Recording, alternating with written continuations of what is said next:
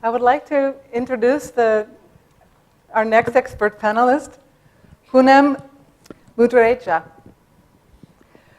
Poonam is the Executive Director of the Population Foundation of India, PFI, and is the civil society representative on the Family Planning 2020 Board, a global architecture to improve women's access to family planning, and serves on many other national and international boards.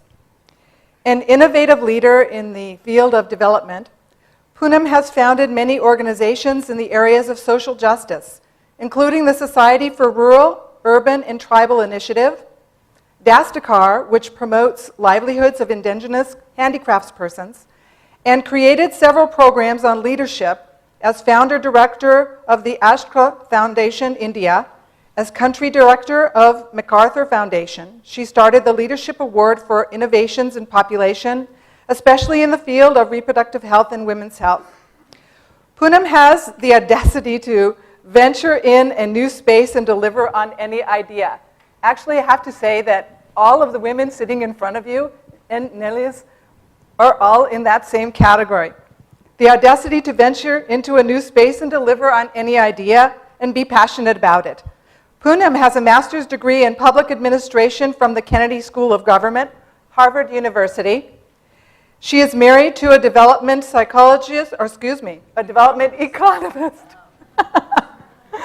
She is married to a development economist who is indeed a feminist, a colleague and a friend. This competition between husband and wife who will do more for women's empowerment. They're just going back and forth who is going to do more. And his name is Dr. 8K Shivakumar. She also has 2 children, which she considers an achievement too. So we have a couple of questions for you, Poonam. Looking back at the beginning of your career, can you tell us 2 critical factors that you think contribute to women's leadership for us, please? You know, I had dreams which I decided have to come true. I had the confidence that I and any woman, any girl, can do anything. And I saw a lot of discrimination and deprivation of women around me. I was the 3rd daughter in a very middle-class Indian Punjabi family, which, when I was born in 1955, was a disaster.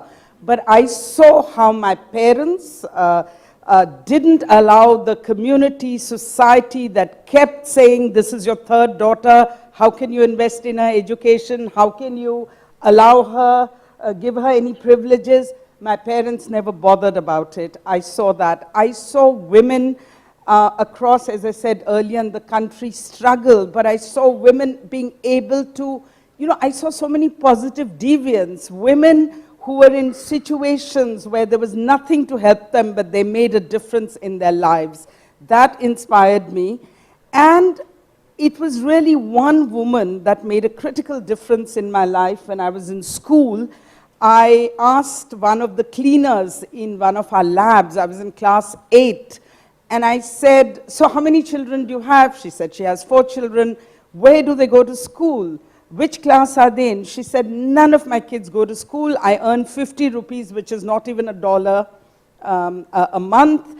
And so I said to her, how much will it cost for your children to go to school? And she said, 12 rupees.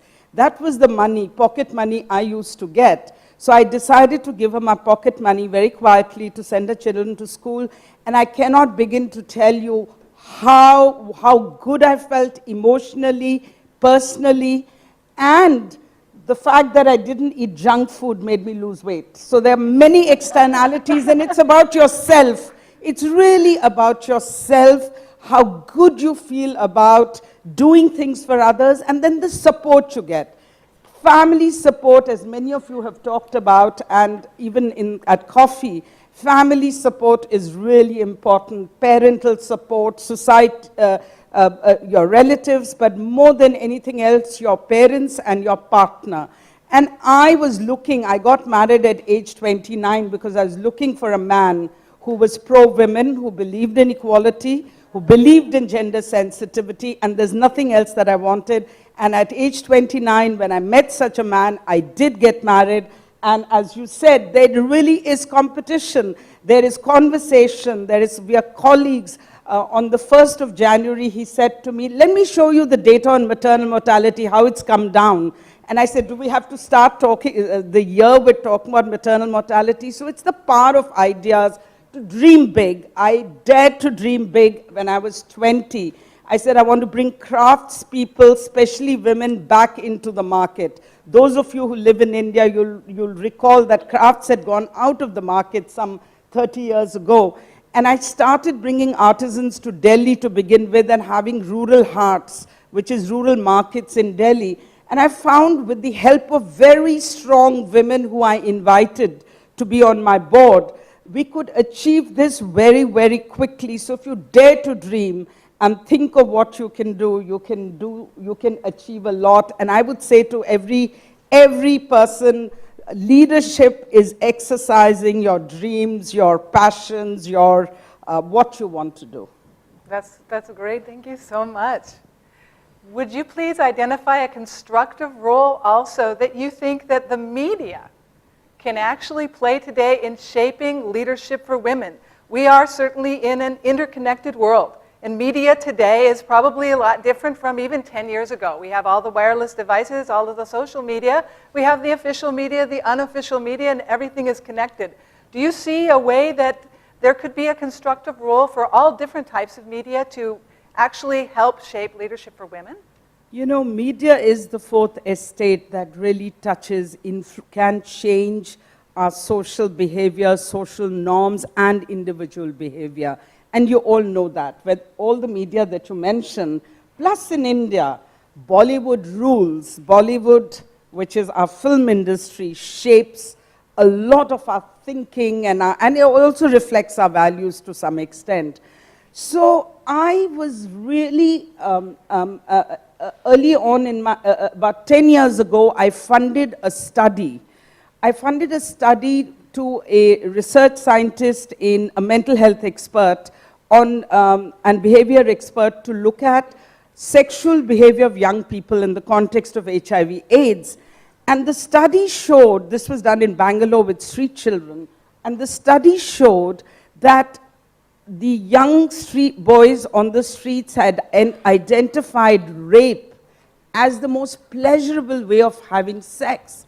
And I went back to her and I said, don't tell me they're all raping. I don't believe it. Why don't I gave her some more funding and asked her to go back to do additional questionnaire to say, why do you think so? And are you indulging in rape? They said, look at the Indian film industry, Indian films. The person who does the rape, the villain, he seems to have the biggest pleasure.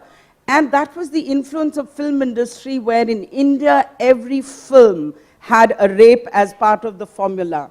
So I got in touch with a progressive leading film industry person, Javed Akhtar, and I shared this data with him, and I requested him to convene a meeting of many directors, well-known film directors, to share this study. And I don't know how many of you have noticed in the last 10 years, rape has decreased. It's not part of the formula. And then I said, about many years, I kept dreaming, I can't make a film, but what about a serial? What about a serial which women, because I found in the last 2 decades, women are increasingly sparing the time and taking the freedom to watch serials in India, soap operas, right? So I started dreaming of a soap opera, and I gave it a name also, Main Kuch Bhi Kar Sakti Hu, that I mentioned earlier. And I contacted a very well-known theater director who I thought had a lot of sensitivity to his audience, and who also made that film, Gandhi, My Father.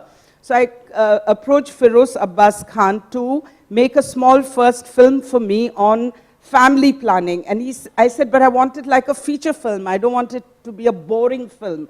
So he made this film with a lot of help and research that we did, where it was more about women's empowerment, it was more about male involvement, male responsibility, loving your wife, and therefore family planning, helping her or participating in the planning of the family.